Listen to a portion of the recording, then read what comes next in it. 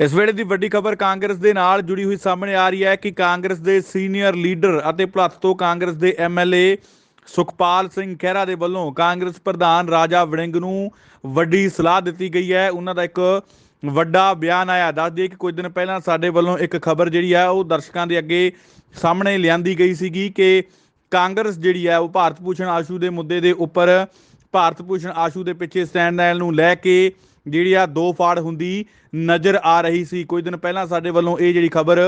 Break की गई सी ते हुण साडी खबर के उपर मोहर लगदी हुई जिहड़ी है वो दिखाई दे रही है। सुखपाल सिंह खैहरा के वल्लों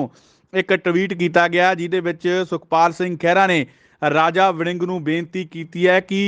वो पार्टी के केडर की एनर्जी जिहड़ी है वो कुछ लीडरां नूं बचाउण दे लई वेस्ट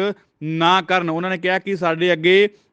ਅਤੇ ਪੰਜਾਬ ਦੇ ਅੱਗੇ ਬੇਅਦਬੀ ਅਤੇ ਫਾਰਮਰ ਸੁਸਾਈਡ ਅਤੇ ਹੋਰ ਬਹੁਤ ਸਾਰੀਆਂ ਜਿਹੜੀਆਂ ਪ੍ਰੋਬਲਮਸ ਹੈਗੀਆਂ ਨੇ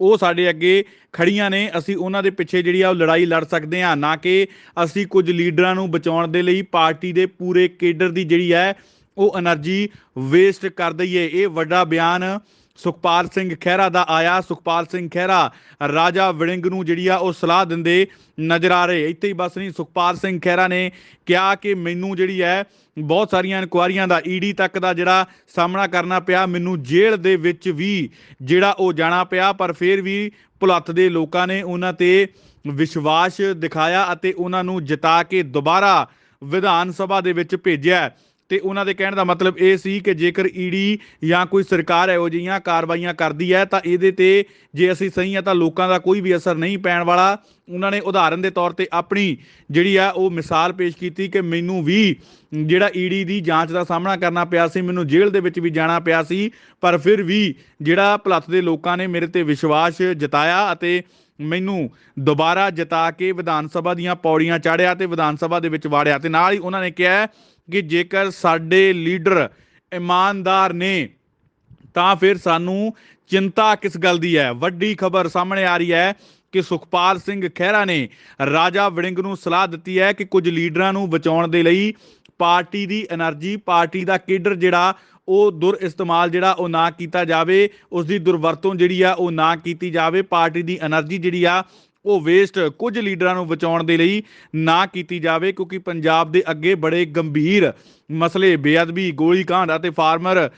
ਦੀਆਂ ਪ੍ਰੋਬਲਮਸ ਵਰਗੀਆਂ ਬਹੁਤ ਸਾਰੀਆਂ ਪ੍ਰੋਬਲਮ ਸਾਡੇ ਅੱਗੇ ਖੜੀਆਂ ਨੇ ਜਿਹੜੀਆਂ ਕਿ ਸਾਨੂੰ ਫੇਸ ਕਰਨੀਆਂ ਪੈਣਗੀਆਂ, ਸਾਨੂੰ ਲੜਨੀਆਂ ਪੈਣਗੀਆਂ, ਨਾ ਕਿ ਕੁਝ ਲੀਡਰਾਂ ਨੂੰ ਬਚਾਉਣ ਦੇ ਲਈ ਅਸੀਂ ਆਪਣੇ ਪੂਰੀ ਪਾਰਟੀ ਦਾ ਕੇਡਰ ਦੀ ਜਿਹੜੀ એનર્ਜੀ ਆ ਉਹ ਵੇਸਟ ਕਰ ਦਈਏ। ਉਹਨਾਂ ਨੇ ਨਾਲ ਹੀ ਨਾਲ ਆਪਣੀ ਉਦਾਹਰਨ ਦਿੱਤੀ ਹੈ ਕਿ ਮੈਨੂੰ ਵੀ ਈਡੀ ਦੀ ਜਾਂਚ ਦਾ ਸਾਹਮਣਾ ਕਰਨਾ ਪਿਆ ਸੀ, ਮੈਨੂੰ ਵੀ ਜੇਲ੍ਹ ਜਾਣਾ ਪਿਆ ਸੀ, ਪਰ ਫਿਰ ਵੀ ਮੈਨੂੰ ਚਾਹੁਣ ਵਾਲੇ ਤੇ ਮੇਰੇ ਤੇ ਭਰੋਸਾ ਕਰਨ ਵਾਲੇ ਲੋਕਾਂ ਦਾ ਉਸ 'ਤੇ ਕੋਈ ਅਸਰ ਨਹੀਂ ਪਿਆ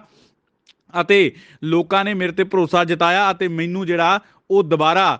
ਵਿਧਾਨ ਸਭਾ ਦੀਆਂ ਪੌੜੀਆਂ ਚਾੜਿਆ ਤੇ ਮੈਨੂੰ ਜਿਤਾ ਕੇ ਵਿਧਾਨ ਸਭਾ ਦੇ ਵਿੱਚ ਮੁੱਦੇ ਚੱਕਣ ਦੇ ਲਈ ਭੇਜਿਆ। ਤੇ ਨਾਲ ਹੀ ਨਾਲ ਉਹਨਾਂ ਨੇ ਇਹ ਗੱਲ ਕਹੀ ਹੈ ਕਿ ਜੇਕਰ ਸਾਡੇ ਲੀਡਰ ਜਿਹੜੇ ਆ ਉਹ ਬਿਲਕੁਲ ਸਾਫ਼ ਸੁਥਰੇ ਨੇ ਤਾਂ ਫਿਰ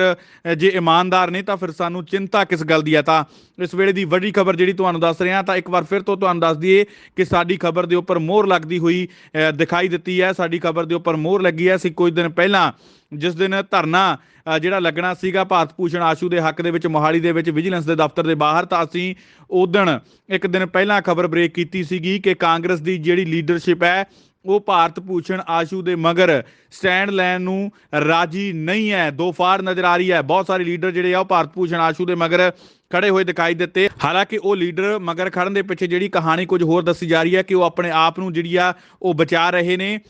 ਤੇ ਨਾਲ ਹੀ ਨਾਲ ਜਿਹੜੀ ਕੁਝ ਲੀਡਰਸ਼ਿਪ ਆ ਉਹ ਇਹ ਗੱਲ ਕਹਿ ਰਹੀ ਸੀ ਕਿ ਭਾਰਤ ਭੂਸ਼ਣ ਆਸ਼ੂ ਵਰਗੇ ਲੋਕਾਂ ਦੇ ਮਗਰ ਖੜ ਕੇ ਅਸੀਂ ਪਾਰਟੀ ਦੀ